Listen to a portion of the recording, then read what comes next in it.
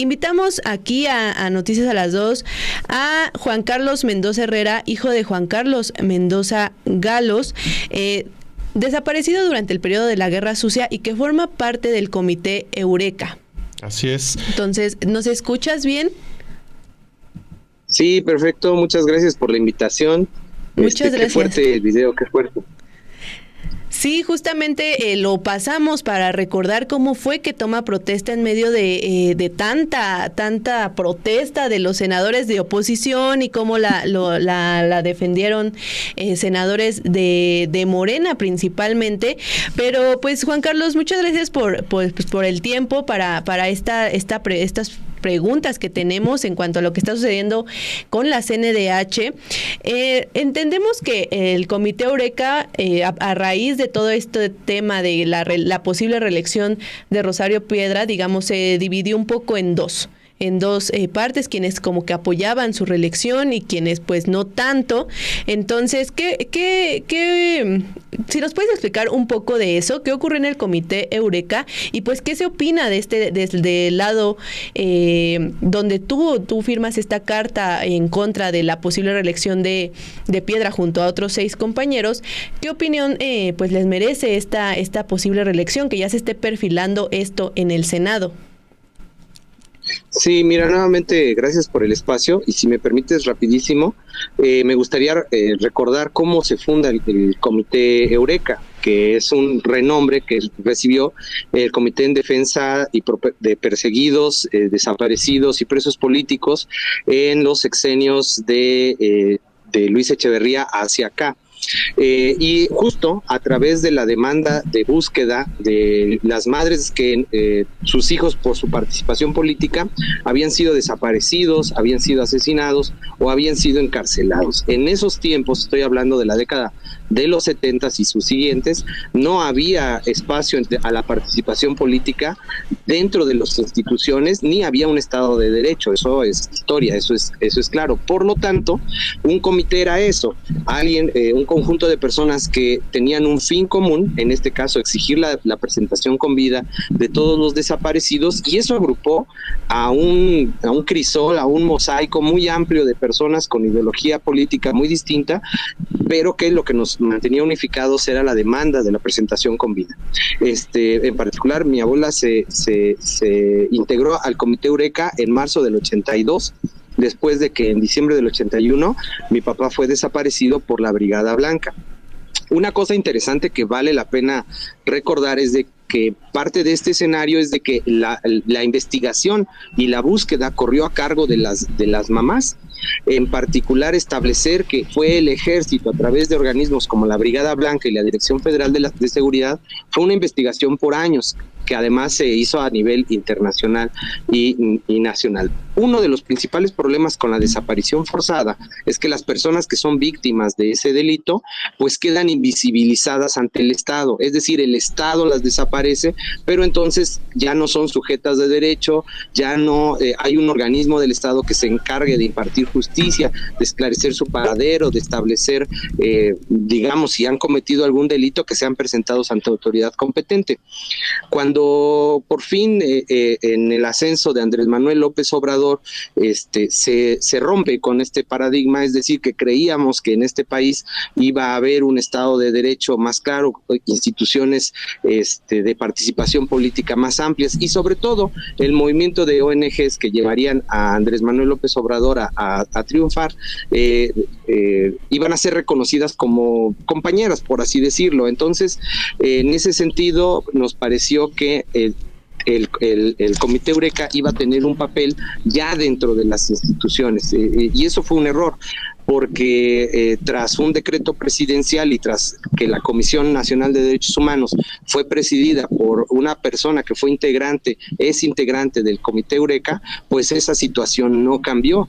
Es decir, el ejército, lejos de ser deslindado de responsabilidades con investigaciones serias, con rutas jurídicas que nos lleven a la presentación de los desaparecidos, al esclarecimiento de los hechos, al deslinde de responsabilidades, lejos de eso, nuevamente hay un silencio ante, por ejemplo, la negativa del ejército a entregar archivos de la época de la mal llamada Guerra Sucia, nosotros le llamamos terrorismo de Estado, Y la ombudsperson, en este caso Rosario, pues ha guardado un silencio bastante cómplice.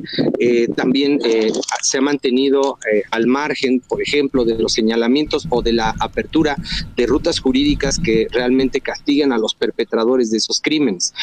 En ese sentido, nos pareció que repetir esa fórmula ante la Comisión Nacional de Derechos Humanos invisibilizaba y seguía perpetrando el delito de desaparición forzada por parte de este nuevo gobierno. El anterior gobierno ya quedó marcado, es decir, por quiesencia, el Andrés Manuel López Obrador es también responsable de la desaparición forzada de personas, aunque no haya sido cometido el secuestro durante su sexenio. Y parece ser que en este sexenio pareciera que se está marcando la ruta. Ahora, aquí es importante, para regresar a la discusión actual, que, bueno, entendemos que venimos de un movimiento digamos, de a pie, de hacer plantones, mítines, marchas, lo que llamamos el activismo en calle, y que podríamos tener dificultades para ingresar a las vías institucionales. Pues en ese caso se nos ocurrió proponer a otra persona que tenía también una trayectoria académica, una trayectoria en el servicio público, y que ha sido nuestra compañera desde infancias dentro del Comité Eureka, que es el caso de Tania Ramírez, y concursar, proponerla dentro del mecanismo que había establecido el Senado, digamos, jugar con sus propias reglas para por fin traer el tema de los desaparecidos y el complejo manejo de la Comisión Nacional de Derechos Humanos con independencia, con las víctimas en el centro, y que cambiara la situación que ha ocurrido hasta este momento. Y bueno, pues lo que ha ocurrido, como ustedes bien han consignado, es de que tuvieron que romper su propio mecanismo, tuvieron que sacar a nuestra compañera que estaba puntuada bajo su propio esquema en el segundo lugar, y poner a alguien que, además de que hemos señalado abiertamente que no ha atendido estas demandas, no ha puesto en el centro de la discusión ni a las víctimas, ni a, en particular, el caso de la desaparición forzada, es llamada, y bueno, pues además ahora se dan una serie de componentes que nos hacen ver que claramente estamos siendo invisibilizados una vez más. Sí, justamente, Juan Carlos, ese es el tema del que pues estábamos discutiendo. No fue una de las mejores evaluadas, Rosario Piedra, por los senadores. O sea, no nosotros, no las personas comunes y corrientes o personas que no conozcan sobre el tema. Los mismos senadores evaluaron los perfiles, incluido el de Rosario Piedra, dice Tania Ramírez, también Nacheli Ramírez estuvo participando, y Tania fue la segunda mejor evaluada, la quitan, meten a la terna a Rosario Ibarra. El mismo Javier Corral, el senador de Morena, indicó en su momento que era una decisión política, lo aceptan como tal, que es una decisión política. En ese sentido, y ahora que parece que es inminente la reelección de Rosario Piedra al frente de la CNDH, ¿qué mensaje manda Morena, la mayoría oficialista, con esta reelección, pese a ser una de las peores evaluadas? Mira, creo que el impacto es grande y tardaremos un tiempo en magnificarlo. Yo creo que es grave que un partido en el poder tenga la capacidad directa de generar, por ejemplo, una división de este tipo al interior de una organización no gubernamental que tiene una demanda que no ha sido atendida por el Estado.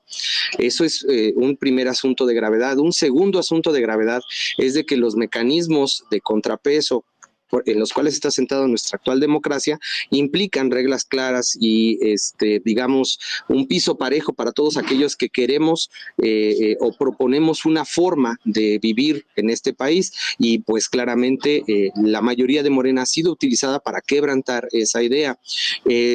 Hay más aún.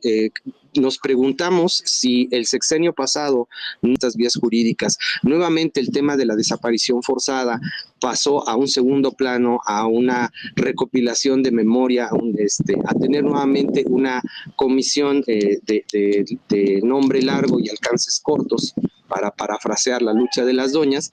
Entonces, suponemos que está antecediendo que esa misma posibilidad ocurra. Peor aún, porque en las imágenes que nos presentaban al inicio de este segmento, debíamos, en ese entonces así lo pensamos, debíamos pensar que era el momento, era la primera vez que la izquierda gobernaba este país, o un partido que se decía de izquierda gobernaba este país, y teníamos que darle el beneficio de la duda. Ahora no tenemos el beneficio de la duda, sabemos exactamente el tipo de administración en materia de derechos humanos que se tuvo y que se replicaría. Y entonces, nuevamente, ¿cuáles son las vías para los que somos víctimas de graves delitos contra los derechos humanos? Nuevamente va a haber que voltear hacia el plano internacional, nuevamente a buscar y abrir brecha en las pocas grietas que a través de la lucha social jamás institucionalizada se han logrado abrir para la materia de delitos de lesa humanidad, como es la desaparición forzada, el desplazamiento forzado y otras que han quedado sin atención por parte de este gobierno. Pero cerraba con el tema de la militarización. Justamente creemos que si no hay una ombudsperson encargada de ser el contrapeso a los cada vez más crecientes alcances y poderes del ejército, mismo que alberga a los que cometieron directamente estos delitos de lesa humanidad, pues entonces como país estamos ante una indefensión y ante un peligro latente de transgredir el orden democrático, por el que tanto ha peleado tanto el Comité Eureka como AFADEM, como tantas organizaciones políticas de a pie, y que veían en Andrés Manuel López Obrador, pues digamos, el culmen de una lucha democrática, pacífica, y que bueno, pues parece ser que nos están orillando nuevamente a las calles, nos están dejando nuevamente fuera a nosotros y a nuestros familiares desaparecidos, que ahora pues perpetran una vez más la desaparición. Sí, justamente también hablábamos de esto, ¿no? La semana pasada se decía que se escucharon a los senadores, la opinión por la reelección de Rosario Piedra, pero ¿dónde queda la opinión de todos los colectivos, ¿no? De todas las organizaciones que se han pronunciado en contra de la reelección y sobre todo de esta figura de la reelección, que la presidenta misma, Claudia Sheinbaum, se ha pronunciado en contra, ¿no? Está pendiente una iniciativa en contra de la reelección de cargos públicos y no es posible que en la CNDH sí vaya a estar sucediendo esto. Entonces, ¿qué perfil? Tú mencionabas al inicio de la entrevista a Tania Ramírez como un perfil que ustedes ven idóneo para dirigir la comisión. Si nos pudieras platicar un poco qué perfil desde tu posición como víctima de graves violaciones a los derechos humanos, qué perfil es necesario para que una Comisión Nacional de Derechos Humanos funcione en México y qué es lo que no cumple Rosario Piedra. ¿Por dónde empiezo? Primero que nada, tiene que ser una persona cuya trayectoria en la función pública no solo sea impecable en el sentido de que no se le pueda señalar como en actos o de corrupción o de exceso de poder, o que se actúe al margen de las propias reglamentaciones tanto de la institución en la que participa como del orden constitucional establecido, sino que además sea eficiente en la ejecución, en este caso la vigilancia al respeto irrestricto a los derechos humanos, que en todo caso la legalidad, el Estado de Derecho, las convenciones internacionales, la constitucionalidad sean aplicables para que las víctimas encuentren un camino hacia la justicia, que eso incluye una situación de memoria, de deslinde de responsabilidades, de no impunidad y de una reparación de daños integral. Y no solamente a las víctimas directas, sino también a las víctimas a nivel social. Es decir, históricamente hay una deuda con este país mientras no haya un castigo a los responsables del terrorismo de Estado en este país. Entonces, quien presida la Comisión Nacional de Derechos Humanos tiene que tener eso clarísimo y de manera demostrada, no solamente otorgarles el beneficio de la duda. En ese sentido, pues nos parece que la trayectoria en instituciones de la compañera Tania Ramírez es más que suficiente, es transparente, es pública, lo pueden ver en cuanto a su claridad respecto al tema. Es decir, más allá de saber lo que es aplicable, tener la sensibilidad y la empatía para con las víctimas que se encuentran en estado de indefensión frente al Estado, es fundamental. Es fundamental. Supongo que habrá otras personas en este país que tenga ese perfil, pero en particular alguien que es víctima directa por ser la hija de un desaparecido político y que ha militado en organizaciones, digamos, de no gubernamentales, sociales, pues nuevamente tiene ese perfil. Y al final del día, yo creo que una de las situaciones más importantes que debe cumplir la presidenta de la Comisión Nacional de Derechos Humanos es también tener una profunda capacidad autocrítica. Es decir, si su actuar se presta para ejercicios antidemocráticos, injustos, que violenten normas y acuerdos democráticos que permitan darle plena legitimidad al ejercicio de sus funciones, yo creo que no debería estar en esa comisión, y eso debería ser algo que de mutuo propio debería promoverlo, ¿no? Esto que estoy diciendo lo hemos aprendido en la calle, lo hemos aprendido en la práctica, y creo que cualquiera que venga de nuestro movimiento podrá ser sensible a esas características y a esas peticiones que estamos viendo y previendo en la próxima presidenta de la comisión. Pues muchísimas gracias, Juan Carlos, por la entrevista, por lo que nos acabas de compartir. No sé si hay algún llamado al Senado por parte del Comité Eureka, un último, antes de que se haga esta, pues, como te comentábamos, se perfila esta reelección. De hecho, Rosario Piedra ya llegó al Senado. Entonces, bueno, un último llamado a la Cámara de Senadores sobre este tema. Sí, yo un último mensaje que me gustaría mandar aprovechando el espacio, el cual nuevamente agradezco. El primero es que nosotros en el pronunciamiento del día domingo le dábamos una salida. Respeten sus propios procedimientos y lleven a cabo la terna mejor evaluada, los perfiles más idóneos. Y esa salida no solamente correspondía a impulsar la candidatura de nuestra compañera, sino darnos una esperanza, una posibilidad de esperanza de que este país por fin funcione con reglas claras y democráticas.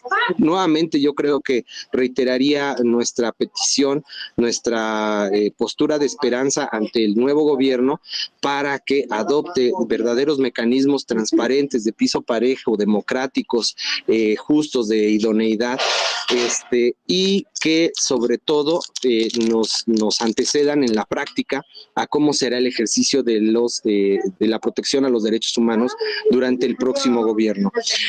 También yo quisiera, hago un llamado a todos los involucrados, medios de sociedad, senadores y a los demás compañeros del Comité Eureka. Es una pena que el debate se esté colocando sobre si Eureka tiene o no una división. Eureka no tiene una división porque nunca ha sido un monolito, nunca su fortaleza ha estado en presentar una posición única. Por el contrario, es una sola demanda que está impulsada desde muchos puntos de vista, pero poner eso en el centro de la palestra es no entender lo que ha sido la lucha por la presentación por los desaparecidos, es no entender el legado de todas las doñas que han pasado por el Comité Eureka, que han sido mucho más que unas y que han logrado transformar este país más allá del partido en el que hayan militado, vayan a militar o en el que jamás militaron. Ese es el último mensaje que agradezco que transmitan ustedes. Perfecto, pues muchísimas gracias, Juan Carlos Mendoza, por tus minutos y por hablar con nosotros. Un saludo grande. Gracias a ustedes, hasta luego. Ahí está Juan Carlos Mendoza Herrera, hijo de Juan Carlos Mendoza Galós, desaparecido en la Guerra Sucia, y Juan Carlos, hijo, uno de los 7 firmantes contra la reelección de Rosario Piedra. Y